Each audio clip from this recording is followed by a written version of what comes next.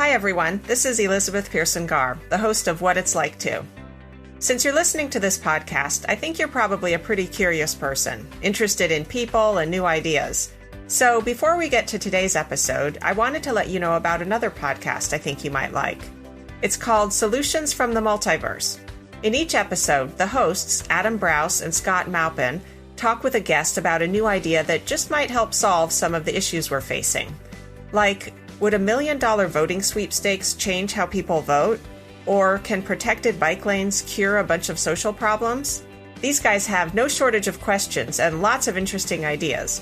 So check out Solutions from the Multiverse, wherever you get your podcasts. I had these big tumors in my lungs. I had fluid all around the pleural spaces on the outside of my lungs. And I remember looking at my doctor and saying, how was I alive? And he kind of got this grin on his face and sort of shook his head and said, I don't know, because you shouldn't have been. Which said to me, God's not done with me yet. When I die, where I die, how I die, way above my pay grade. Don't spend a whole lot of time worrying about the dying part. Spend more time worrying about the living part. Hello, and welcome to What It's Like To, the podcast that lets you walk in someone else's shoes and live vicariously through their unique experiences. I'm your host, Elizabeth Pearson Garr, and each episode I'll be asking a new interviewee all the what, why, when, and wheres of how they do what they do.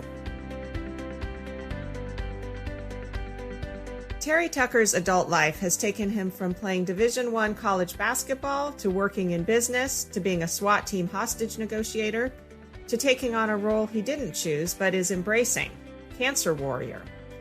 Terry was diagnosed with a rare form of cancer in 2012, and since then he's had one foot amputated and 2 years later his leg amputated above the knee. He's also learned that he has tumors in both of his lungs. So, what happens when life throws you a major curveball? I think what happens is that your true character is revealed. Terry Tucker is doing some amazing work in this chapter of his life. He focuses on what he calls the healthy aspects of being sick, and through his company, Motivational Check, he works to help others lead uncommon and extraordinary lives. Terry, I'm so glad to have you on my podcast. Well, Elizabeth, thanks for having me on. I'm really looking forward to talking with you today. Thank you. I'd like to start with just asking how you're doing. How are you feeling? I am, as my doctor always tells me, stable, which I guess beats the alternative. So yeah, things are good. I'm still being treated every 3 weeks for the tumors, but my scans are showing that the tumors have been stable for almost 18 months now. Well, that's really good news. I'm so happy to hear that. Can Thank you tell us a little bit about your type of cancer? I read it was a really rare form of melanoma that you got diagnosed with 11 years ago now. 11 years? Yeah, you're right. I have a rare form of melanoma. Most people think of melanoma as too much exposure to the sun and it affects the pigment in our skin. Mine has nothing to do with that. This is a rare form that appears on the bottom of the feet or the palms of the hands. And just for educational purpose, there's also an even rarer form that is a mucosal type of melanoma that appears in your mucous membrane. So your nose or your mouth, something like that. So I have a rare form, but it's not as rare as the mucosal one. So it just happened. It wasn't exposure to the sun or anything. It just came up. A couple of summers ago, I had some genetic testing done.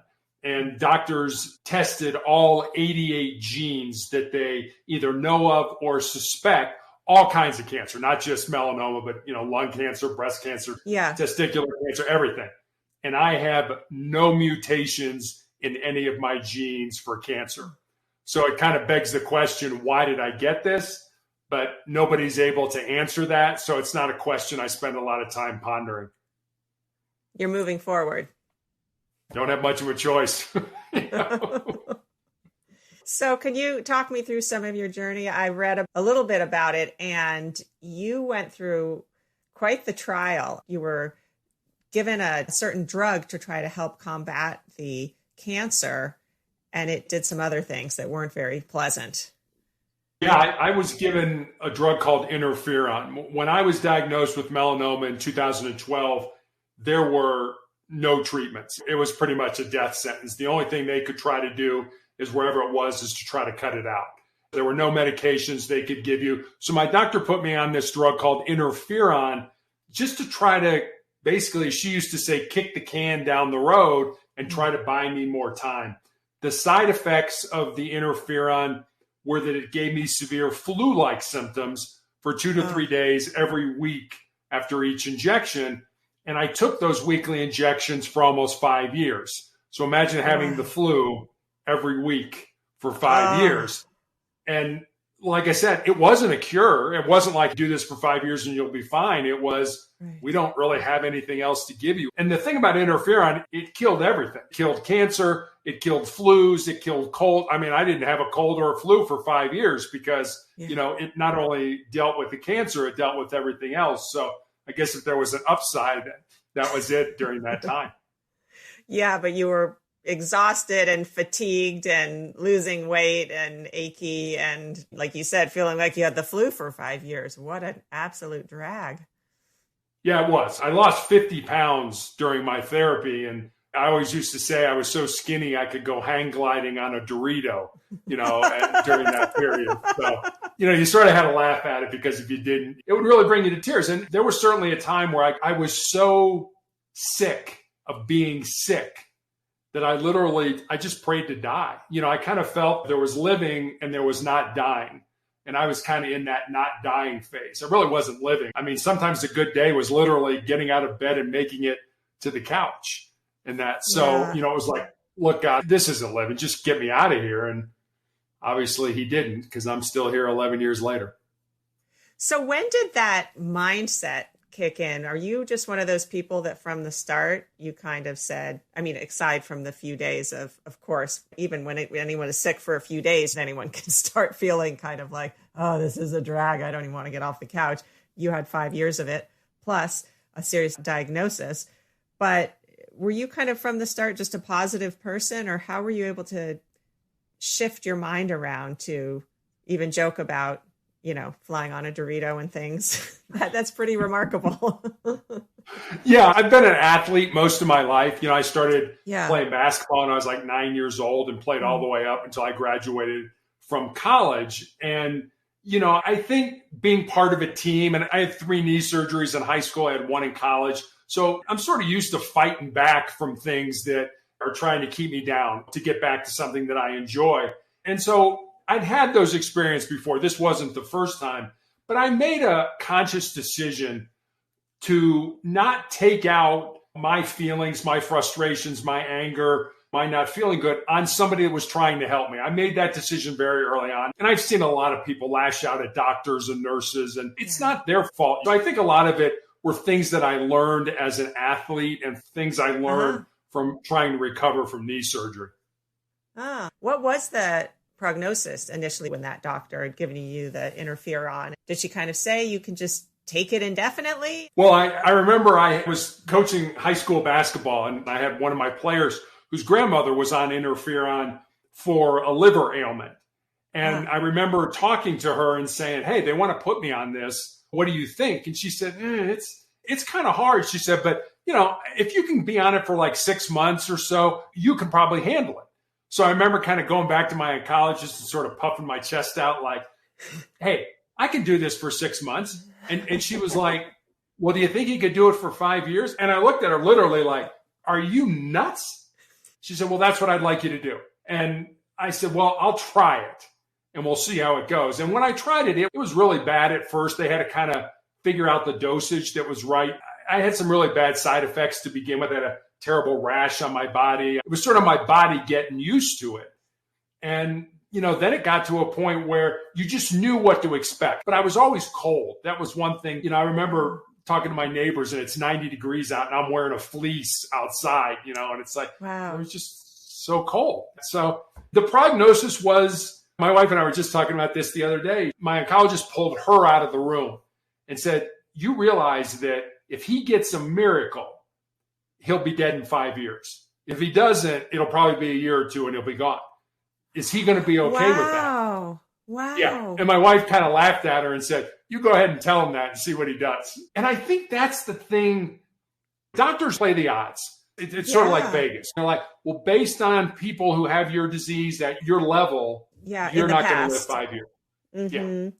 They don't want to raise your expectations incorrectly and tell you like, oh, you might have 10, 20, or, this could happen, because then people are going to be so disappointed if they have a different outcome. So they're trying to regulate your expectations, but that could have a different effect. They are. You're absolutely right. But I guess I just wish they would just shut up. And the reason I say that is they don't know your heart. They don't know your soul. They don't know your mind. They don't know that your son is getting married a year from now, and by God, you're going to be there.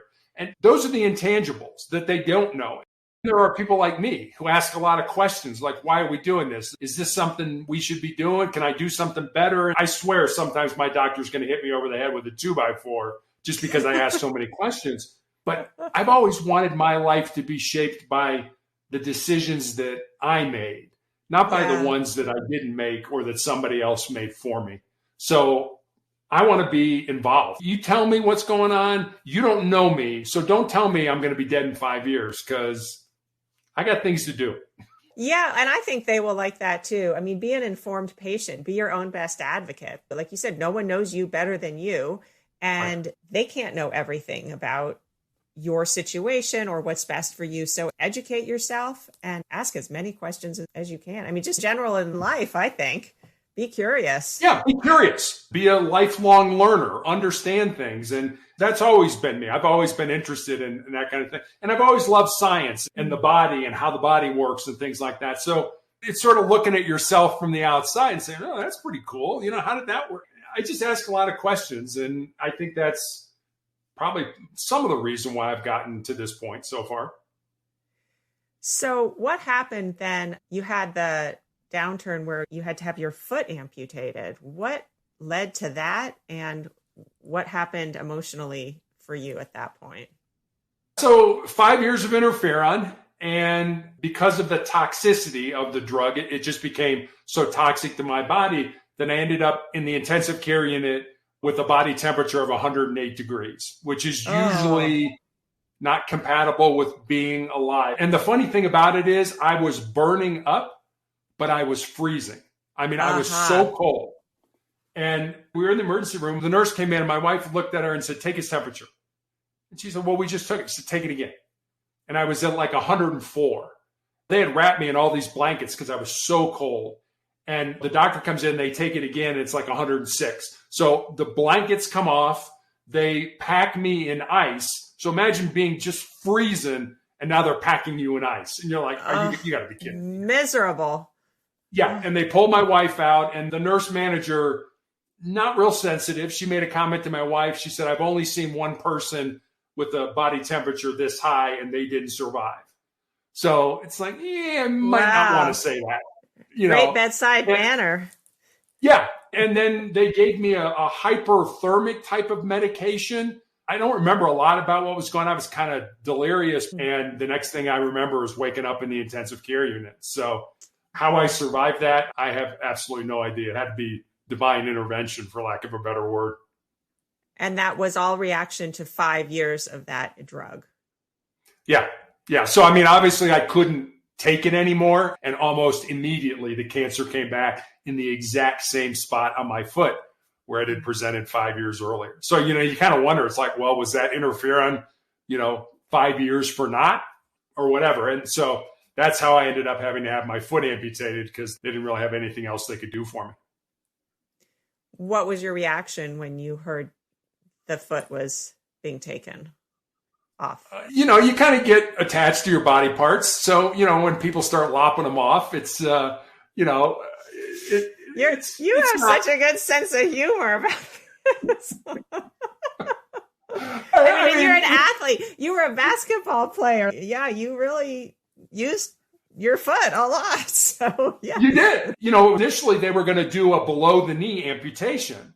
And I went to see the orthopedic surgeon, and he said, I got this friend of mine who's a foot surgeon. I want you to go see him.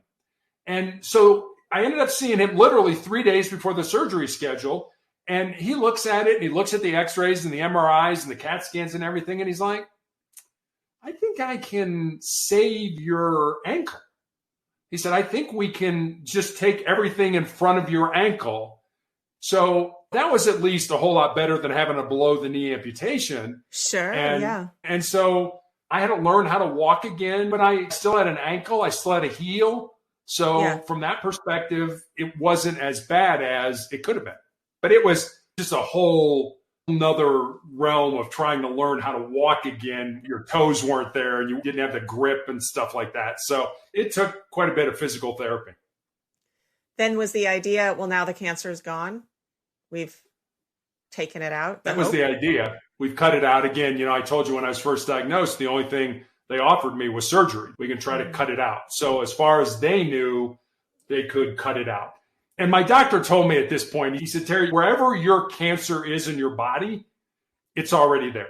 So don't think that if you don't do this immediately, that it's going to, get out of your foot and go to your lungs or something. Wherever it is, it's already there. He said, we're very fortunate to have CAT scans and MRIs. He said, but the problem with those is they're somewhat limited because you have to have a tumor the size of a garden pea. And people get freaked out when I give this number, which is about 1 billion cells. So you have to have 1 billion cancer cells the size of a tumor in order for us to see it on a CAT scan or an MRI. Wow. And he said, so it may be somewhere else in your body. It's just too small to be picked up at this point in time. And this is going way back, but how did they originally find it on your foot?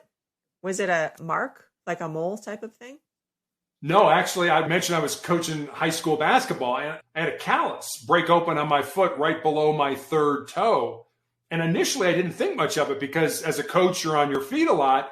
But after a few weeks of it not healing, I made an appointment to see a podiatrist, a foot doctor friend of mine. And he took an x-ray and he said, Terry, I think you have a cyst in there and I can cut it out. And he did. And he showed it to me. It was just a little gelatin sac with some white fat in it, no dark spots, no blood, nothing that gave either one of us concern. But fortunately or unfortunately, he sent it off to pathology. And then, 2 weeks later, I get that call from him. And as I said, he's a friend of mine. And the more difficulty he was having explaining to me what was going on, the more frightened I was becoming until finally he just laid it out for him. He said, Terry, I've been a doctor for 25 years. I have never seen the form of cancer that you have. Wow. Yeah, my sister's a physician, and I remember when I went to give birth to my first baby, she said, this is one time in your life you want to be totally normal. You don't want to be exceptional or rare or unusual or stand out in any way. You just want to be below the radar and totally normal. I mean, it's funny because that's been said to me too, that you're kind of in this freakish part where we don't see this very often. That's not where you want to be. If you have cancer, you want to kind of have the same cancer everybody has and they have treatment for it. You don't want to have this sort of outlier cancer and you don't choose to have that. I mean, obviously you choose to have a baby and, hopefully things are healthy and happy, but yeah, it's a whole different scenario. So the thing that you have chosen, though, I think is your mindset and how you've dealt with all of this. And I think it's just really remarkable. I want to talk about that, but I guess I should mention that a few years, it was middle of COVID, you had to deal with yet another incident. They found a tumor in your leg. Is that right? Well, my lower leg was swelling and they didn't know why. This was in early 2020. And in December of 2019, the cancer had worked its way up into my shin at this point, kind of on my shin bone. And they were doing a procedure they didn't do anymore, which was basically going in through my femoral artery and vein, up, over, and down into my leg. Basically, they're running chemotherapy through your leg for about an hour. And they thought that's why I was having all this swelling and edema. And so they sent me to an occupational therapist. The occupational therapist was doing things and was like, something's not right here. This should be working. And so she's the one who went to my surgeon and said, you need to scan him. There's something going on here. And that's when they found the tumor, and my entire lower leg was full of cancer. I had had a tumor in my ankle that was left that grew large enough that it fractured my tibia, my shin bone. So it broke my leg. So they found that during the procedure and also found out that I had these tumors in my lungs, which have always been there, but grew large enough that they were able to see them now. The evident, I see. So they ended up amputating your leg above your knee. Is that right? And that was in 2020? Yeah, that was probably the strangest thing that I've ever had. I mean, I've had a lot of surgery, but it was during COVID. I'm treated at the University of Colorado Hospital in Denver. Well, they have outlying hospitals. And my surgeon was like, look, we're going to do this at an outlying hospital that does not accept COVID patients. And so literally the morning of the surgery, my wife dropped me off at the hospital. I was not allowed to have anybody with me. I was taken by a nurse back to this huge area where they prep everybody for surgery. And I was the only person in that area. There was nobody else there. My doctor had to get special permission to do the operation. I was supposed to be in the hospital for 10 days to 2 weeks. They sent me home after 48 hours. So it was, I don't know how to describe it. You're having your leg amputated and you've got no support. Talk about having to steel your mind. You're going to have to deal with this. And I did. Was it just kind of help and assistance via Zoom like other things were during the pandemic? Would they just check in on you and say, here's how you should be kind of rehabbing and dealing with this? The occupational therapist that I mentioned that had helped me was trying to get rid of the edema in my lower leg and who contacted the surgeon was kind enough to come over to our house after hours and help my wife and say, okay, that throw rug's got to go. I mean, you could trip over it. So she helped us put grab bars in the showers and things like that that would help me in those kind of things. If she hadn't have done that, we would have been on our own. No, we had no, it's like, well, we'll see you in 2 weeks for your follow-up to see how your surgery is. If anything happens, give us a call. So, I mean, you're pretty much on your own. I had a great surgeon. And so everything ended up being fine, but a lot of apprehension, as you can imagine, having this kind of a major surgery. Yeah, it wasn't just like, I don't know, you had your wisdom teeth out or something routine. Right. This was such a life-changing experience, and here you're having to deal with it alone. So your whole lifestyle changed, I'm sure. How do you get around now? Did you start in a wheelchair? I mean, obviously you have to start in a wheelchair with the healing, but how did you functionally have to change? I did start in a wheelchair. I'm actually in a wheelchair right now. I have a prosthetic leg. My daughter got married about a year and a half ago. My goal was to walk her down the aisle. And I did that. How lovely. There wasn't a dry eye in the house. It was amazing. So basically your quadricep and your hamstrings, their sole existence is to move your lower leg. So if you don't have a lower leg, they atrophy. They don't have anything to do. So when you're learning to walk again with an above the knee amputation, you use your hip and butt muscles. And so it's really hard. And you're also trying to learn how to balance. And it takes a lot out of you. And the other thing I thought was, well, you just put your prosthetic on and you walk. Well, yeah, that's to a point. But as you walk, your stump shrinks. And so you have to stop at a period of time, take off your prosthetic, put on what they call socks, which basically kind of make your stump larger to fit into the cavity, at the end of your prosthetic leg. Otherwise, you move around in it, and that moving around can cause chafing and can break the skin down and things like that. So it's a really complicated process. It's a really energy-inducing process. And so I just find now it's just easier for me, considering I'm still being treated for tumors in my lungs every 3 weeks. It's just easier for me to get around in a wheelchair. So I don't really much use the prosthetic anymore. So you're an athlete. Are you able to exercise still? Yes, I use my body. It's weird. I do push-ups on the stairs. It's kind of a goofy way of doing them, but it's just an easier way for me to do them. And I use the bands and things like that to help me. And like I said, I had 3 knee surgery in high school, 1 in college. Unfortunately, that was not on the leg that got amputated. It was on the other leg. So I continue to have to try to keep that strong so that doesn't bother me and stuff. So yes, I do. I wish I exercised more, but I do what I can. So you've gone through all of this and you are such a positive and, as we see, humorous, uplifting person. I think a lot of us would just sort of have folded into the couch and turned on Netflix and maybe given up. I think that that's really a testament to your character and your spirit. And I'm wondering if you can talk about where you find your own personal motivation. Sure. So when I graduated from college, my father and my grandmother were both dying of different forms of cancer. My dad had end-stage breast cancer back in the 1980s, and they really didn't know how to treat men with that kind of cancer. And so they pretty much told him to go home and die. But he lived another 3.5 years. And he did, I believe, because he had a purpose and he was able to execute on that purpose. He actually worked up till 2 weeks before he died. And I sort of tucked that in the back of my mind. It's like when I get older and it's my turn, I need to remember that. I don't want you to think I don't have bad days. I do. I mean, you're looking at me right now. There's no S on my chest. I do not have a cape and fly around with magical powers. Okay, you're human. You're human. I am. Totally. Especially when I'm treated, especially when I have therapy. I cry. I get down. I feel sorry for myself. I just don't let myself stay in that realm.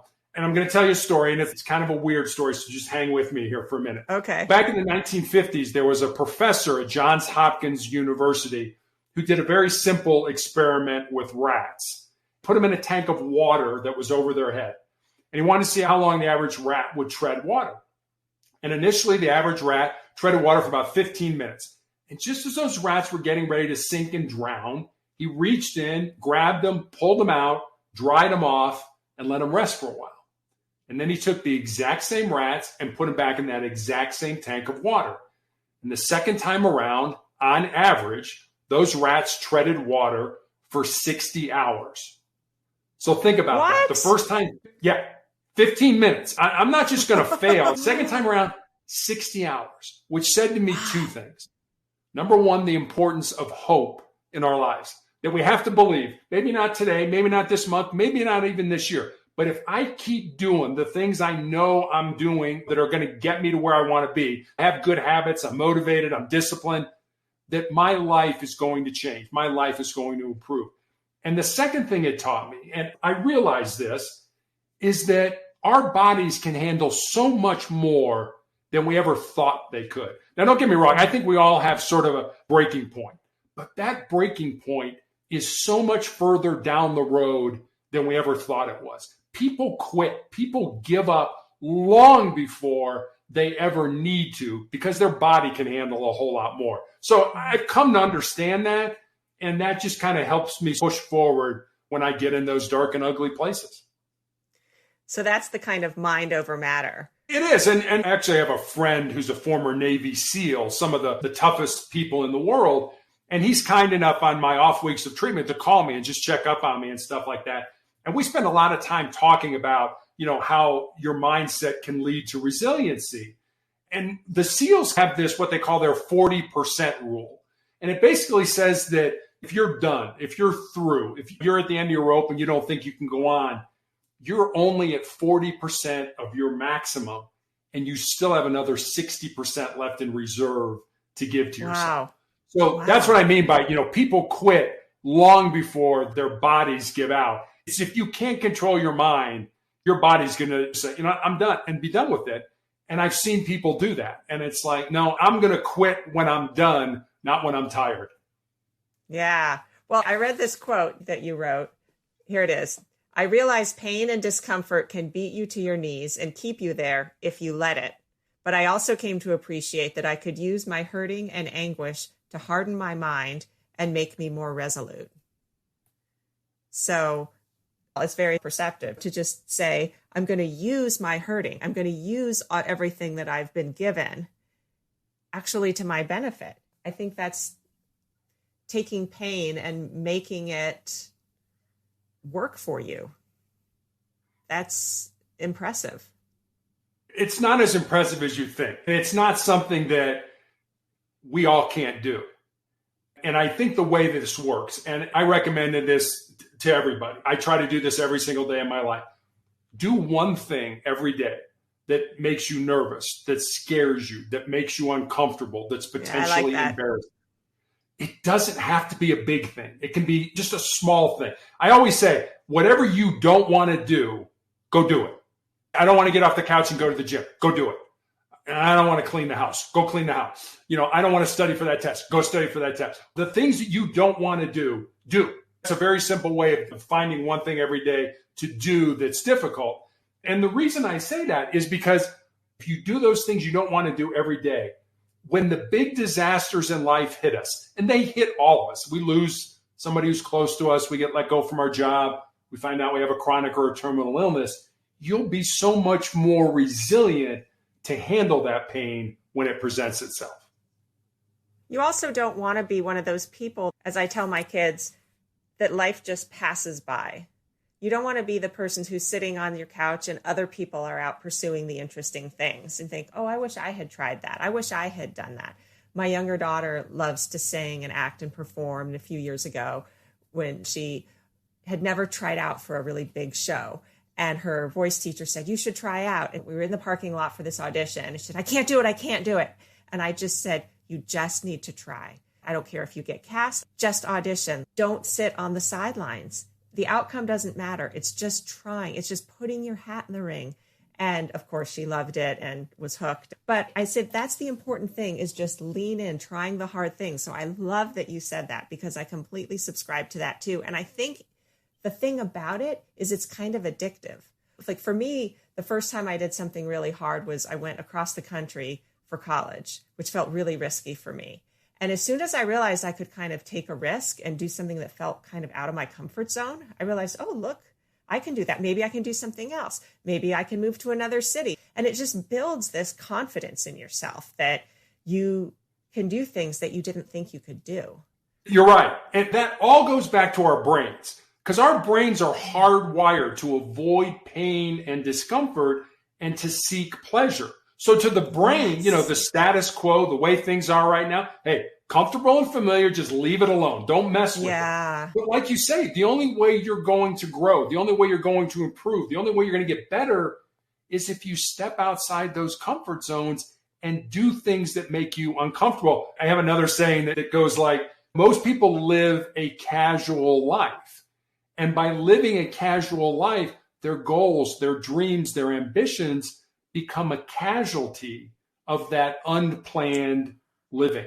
So you're absolutely right. Do those hard things, do those scary things, because you'll get stronger. And probably keep in mind that there will be challenging parts of it. And so don't give up because the challenging parts come. That's actually part of the, can we say fun? Part of the opportunity that's out there. The challenge is what gives you growth, and part of what gives you the joy in the end is because you're being challenged. You're not just being a casualty of the casual. You need to be challenged actually to grow and to feel fulfilled. You need to challenge yourself constantly. And you can. I actually devoted an entire chapter in my book to this. And I've done this in my life, and I'm not proud of it. Most people think with their fears and their insecurities instead of using their minds. I know I've done that in my life. You probably have too. It's like, oh, I want to do this. Like, oh, wait a minute. Maybe I'm not smart enough, or maybe I don't have enough information, or what are people going to think about me if I fail? That's thinking with our fears and our insecurities. That's not thinking with our minds. I'm making a huge generalization, I know. But so many young people think that success somehow comes without difficulty, without struggles, without failure.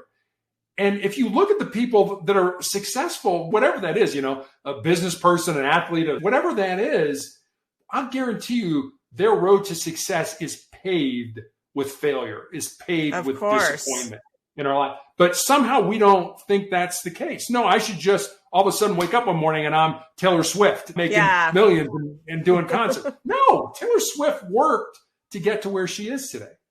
And everyone did. And maybe you just don't see the quote unquote failures or the struggle through it. But no, what you're describing is exactly where I was a few years ago, even starting this podcast. Even though I've had a lot of experience in similar fields to this, I'd never done a podcast before. So there was a lot of fear of failure, and there still is. There's a lot of things that I don't know, and I'm still figuring out as I'm trying to get this podcast growing. And sometimes my fears will overtake my confidence. And I'll say like, oh, maybe I just can't do this, or I shouldn't do this. And then you have these internal struggles, these conversations, and realize I'm leaning into the challenge. Why do I want to do this? I'm doing this for these reasons. And I've said this on previous episodes. I get so inspired by the guests that I interview. Everyone has experienced hardships, challenges, struggles, but they keep persevering. And that's why they've had these interesting experiences. The guy who summited Mount Everest wouldn't have summited if he had given up. I wouldn't be here talking to you if you went and sat on your couch. All my guests are so inspiring because they keep going. And that's what I need to keep hearing. I love this message because it resonates with me so much. You need to kind of give yourself the credit that you can keep moving forward.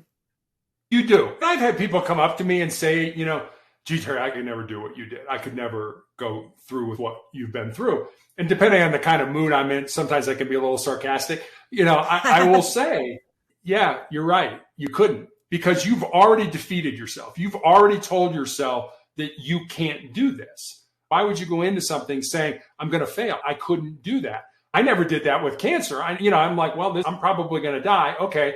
There's something liberating about planning your funeral. Once you've planned your funeral, it's like, okay, when I die, I die. I don't spend a lot of time worrying about that. When I had my leg amputated, I had tumors in my lungs. About 8 months later, my doctor showed me my CAT scan. And I have no medical background. I don't know how to read a CAT scan or anything like that. But you can kind of look at it and say, well, gee, that doesn't look like it's supposed to be there. And I had these big tumors in my lungs. I had fluid all around the pleural spaces on the outside of my lungs. And I remember looking at my doctor and saying, how was I alive? And he kind of got this grin on his face and sort of shook his head and said, I don't know, because you shouldn't have been. Which said to me, God's not done with me yet. When I die, where I die, how I die, way above my pay grade. Don't spend a whole lot of time worrying about the dying part. Spend more time worrying about the living part. Because Elizabeth, especially here in the West, we seem to think that we are born empty. And then once we get out of school and we get into life, our job is to fill ourselves up. I got to get a great education. I got a good job. I got to make a lot of money. I got to have a nice family. I got to drive a nice car, live in a nice house. And we fill ourselves up. And what I've come to understand is that it's just the opposite. We're not born empty. We're born full. Everything we need to be successful in life is already inside us. All we need to do is, instead of getting, is give. Empty yourself out. That's what your life should be about. Empty yourself out for the betterment, certainly of yourself, but of your family, of your friends, of your community, of your job, of your God, whatever you believe. And if you do that, I think you're going to be a whole lot happier than all these people that I've got to make more money. I've got to drive a nicer car. Those people end up being miserable. It's the people that give of themselves that I honestly think really understand the purpose and meaning of life. It's so lovely. And it's so true. To have a really fulfilled life is to approach it that way. I know you have 4 truths that you have come up with. And one of them is understanding that what you leave behind is what you weave into the hearts of other people. And as soon as I read that, I have thought about that so many times. And I've actually told it to some people in my life because I just think it's so profound. And it could just be as simple as the comment that you make to your child's friend as they're leaving your house, how you make them feel, what you are weaving into people. That's your legacy. That's your contribution in the world. And that's emptying yourself. Yeah, it is. I was reading an article yesterday. This individual was talking about how in the 1900s, during that 100 years, there were about 1.7 billion people born in the world. And the guy put up a bunch of names in the article. And he's like, do you know these people? And I knew none of them, and so as you read on, it's like, well, this person won the Academy Award for this, and this person was head of the largest corporation. And his point was, I don't care how important, how influential, what a big deal you are, 100 years from now, nobody's going to remember who you are. Nobody. But what people are going to remember is what you give of yourself to other people. And hopefully it does something in them and they can pass it on to somebody else and they can pass it on. And that's how you live on. That's what's important. Being remembered, nobody's going to name a street or a building or even a basketball court after me. I mean, 30 seconds without being melodramatic after they close the lid on my casket and put me in the ground. Nobody's going to remember I was here. But what impact did my They life... They will, by the way. They will. But... Well, thank you. I appreciate you saying that. Okay, maybe a minute afterwards. So, but it's, what are you giving of yourself to make the world a better place? I can't change the world, but I can change my little corner of it. I just want to cover the other three things that you've said because they are equally as profound. We've touched on controlling your mind so it doesn't control you. Embracing the pain and difficulty and using it to make you a stronger and more determined individual. We kind of touched on that. Is there anything more you want to say on that one? I'll give you a kind of another story that sort of marries number one, controlling your mind, and embracing the pain is sort of in the same genre. When I went to college, I went to a military college in South Carolina, and one year we had a president by the name of James Stockdale. And Admiral Stockdale had been... Admiral. Yeah. The one who ran for vice president with? Yeah, with Ross Perot. Oh. So Stockdale was the highest ranking prisoner of war. He was shot down on a bombing mission over North Vietnam. So he was the highest ranking prisoner of war during the Vietnam conflict. He spent 8 years basically being tortured and brutalized and abused. I remember being at an event with him, and somebody asked him, who were the people that survived being prisoners of war, who survived the torture and the beatings and everything? He said, well, let me tell you who didn't survive. He said it wasn't the big, strong, tough guys that thought that they could handle any kind of abuse or torture. And this one was kind of interesting, too. He said it wasn't the optimists either, which I thought was kind of weird. He said these were the people that thought they'd be released or rescued by Thanksgiving or Christmas or Easter.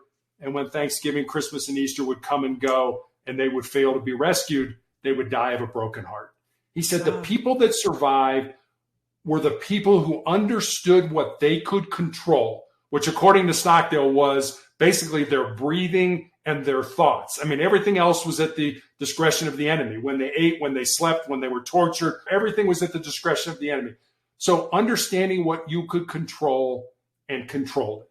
He said those are the people that survived that kind of a situation. And I think we try to control things that we have no business trying to control. What do you really have control over in your life?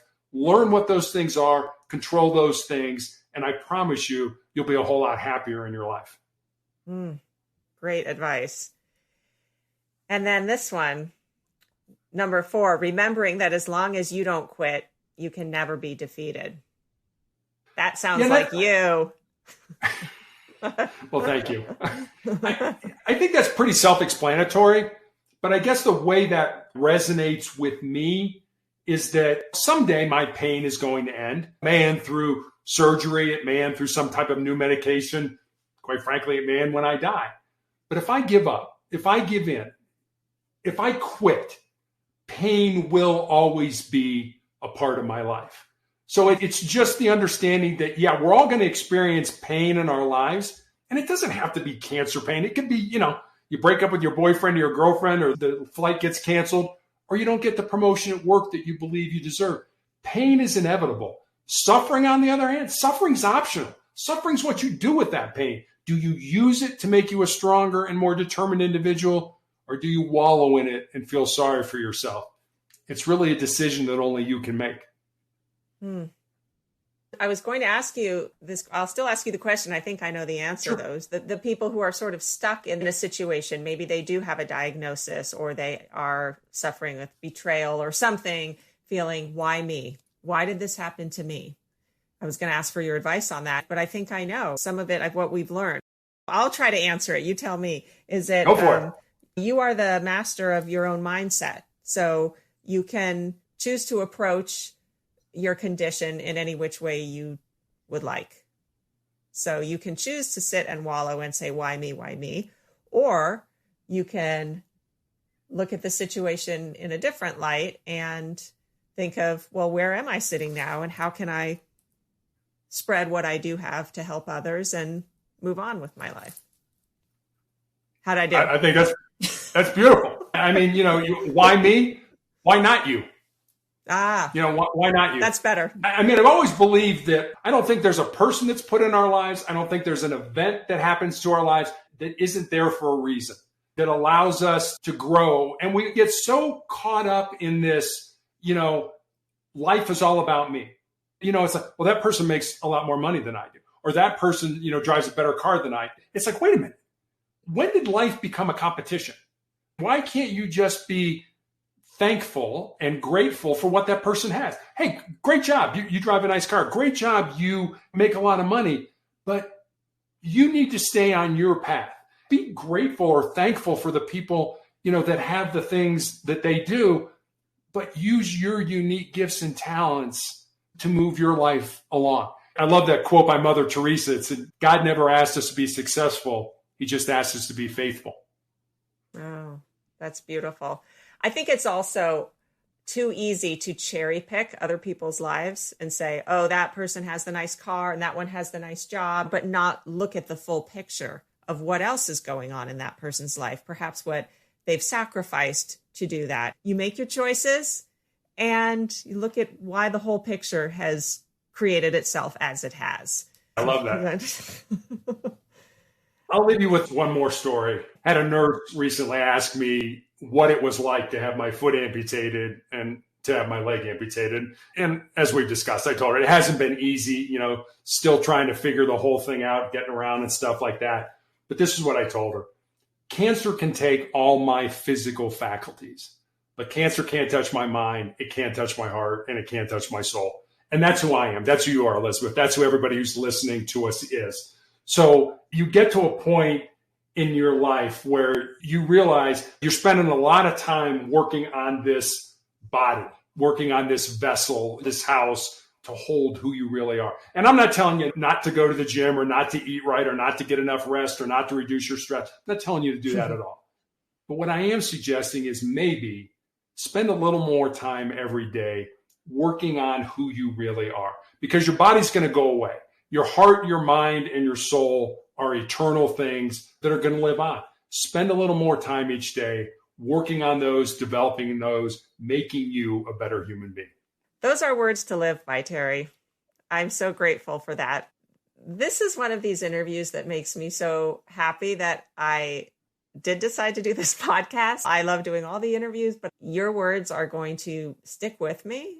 I'm going to remember these things. And I really appreciate that you have thought through this so thoroughly and then cared to write them in your book, which I will link to in the show notes of this episode, and that you've taken the time to talk to me and I can share this with a wider audience, because I really think this is meaningful stuff. And I appreciate it so much. Well, thank you for having me on. I always say it's nice people like you that allow me to come on and have a conversation with them. And hopefully that conversation makes a positive difference in somebody's life that we'll never know about. Terry Tucker obviously is an amazing human being. I hope his words and his perspective resonate with you as they have with me. Here are a few of the many takeaways I have from our conversation. Number 1, be curious. Ask questions, do research, be your own best advocate. Become a lifelong learner. 2, keep a sense of humor, even, maybe especially, about serious things. 3, do one thing every day that scares you, makes you nervous, or feels challenging. It'll build resilience for when big things happen. And the only way to grow is to step outside your comfort zone and do things that feel uncomfortable. 4, our bodies are capable of a lot more than we may think. Quit when you're done, not when you're tired. 5, pain is inevitable. Suffering is optional. 6, we're not born empty, we're born full. Everything we need to succeed is already inside of us. And finally, number 7, to that common question, why me? Why not me? Think of all each of us can do. I'd like to thank Terry Tucker for sharing his time and all of his wisdom with me. If you'd like to learn more about Terry and his book, which is called Sustainable Excellence, 10 Principles to Leading Your Uncommon and Extraordinary Life, go to the show notes for this episode on our website, whatitsliketo.net. You can also find all of our past episodes there.